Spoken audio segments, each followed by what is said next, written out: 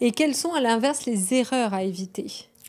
Alors, les erreurs à éviter, il n'y en a qu'une. C'est l'erreur coup de cœur. Ça vous Mmh. plaît. Et non, vous êtes là pour louer. Vous n'êtes pas là pour que ça vous plaise à vous. Mmh. Vous êtes là pour que ça plaise aux locataires que vous allez mettre en place. Et Mmh. il ne faut pas faire l'erreur d'acheter quelque chose parce que c'est un coup de cœur qui vous plaît.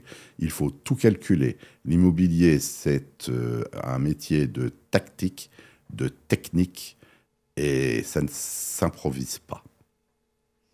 OK, c'est vraiment un métier, en fait, de précision. Si on veut être vraiment performant, oui, il faut tout étudier, donc ça demande de la précision. Et en fait, tu as souvent dit que c'était avec ta persévérance et ta capacité d'adaptabilité que tu as fait ton succès. Quel conseil tu donnerais justement? Alors, on peut appeler ça un succès, parce qu'il y en a eu, j'en ai acheté beaucoup. La première qualité à avoir, c'est la persévérance. Il Mhm. ne faut jamais baisser les bras. Il y a des moments de doute, il y a des incidents en cours de route, vous n'avez pas votre prêt immobilier, par exemple, vous avez un locataire qui ne vous paye pas, vous avez une grosse fuite d'eau, c'est pas grave. Il n'y a pas de problème, il n'y a que des solutions. Mhm. Les problèmes, soit on les règle, soit on les élimine. Ok. J'aime beaucoup de manière de voir l'immobilier, quoi. C'est vraiment, enfin, vous êtes très méthodique en fait. Alors, parce qu'il faut de la méthode. Et c'est ce que m'a appris l'armée. Quand on Oui. est militaire, on est quelqu'un de méthodique, de droit, on est aux ordres pour commencer. Avant de commander, il faut savoir obéir. Donc, Mhm. on apprend sur le terrain. Et on apprend, par exemple, le matin, à respecter le drapeau de sa patrie, à être à l'heure au garde à vous quand on est sorti du lit pour le rassemblement général, à être à l'heure pour la gymnastique. S'il y a 2 minutes de retard, c'est une catastrophe. Donc, je veux dire que on dit que être à l'heure, c'est la politesse des rois. Là, c'est la politesse des rois à chaque seconde. Bon, en tout cas, ça t'a beaucoup servi ensuite dans ton métier Ça m'a en discipliné. immobilier. Mhm. Complètement.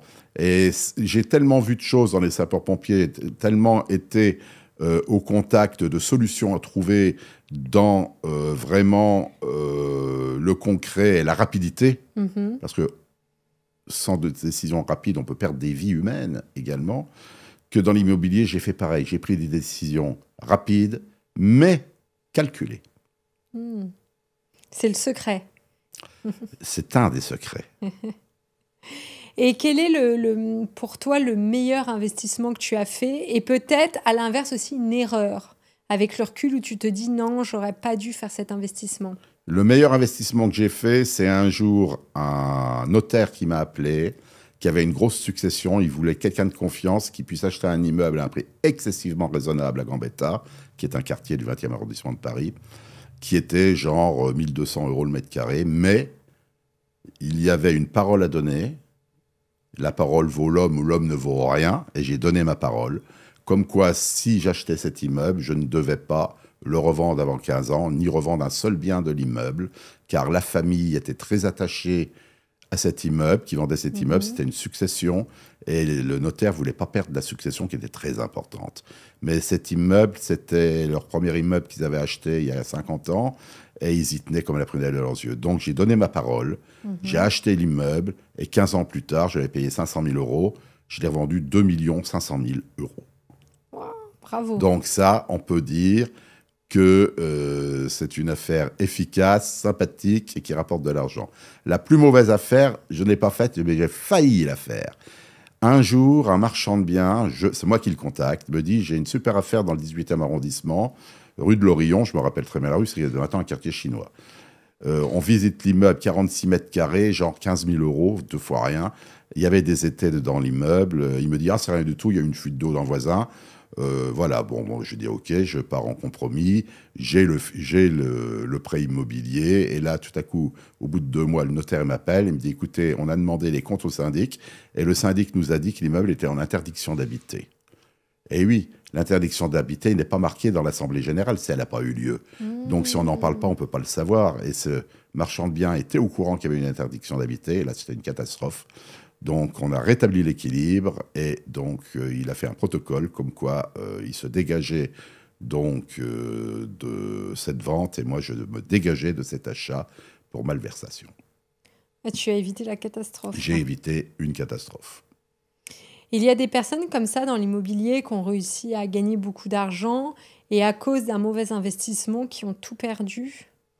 Ah oui, c'est arrivé, j'en ai un en mémoire, il était archimillionnaire, il avait plus de 100 millions d'euros. Et un jour, il m'a dit, tu vois, Gilles, maintenant, je suis en basket et j'ai même plus de carte bleue dans la rue. Il avait tout perdu. Pourquoi? Parce qu'il avait investi beaucoup avec les banques et il n'avait pas mis de locataire en place pour pouvoir le revendre mieux, quoi, pour rendre les biens mieux. Il a investi 100 millions d'euros de dette, donc.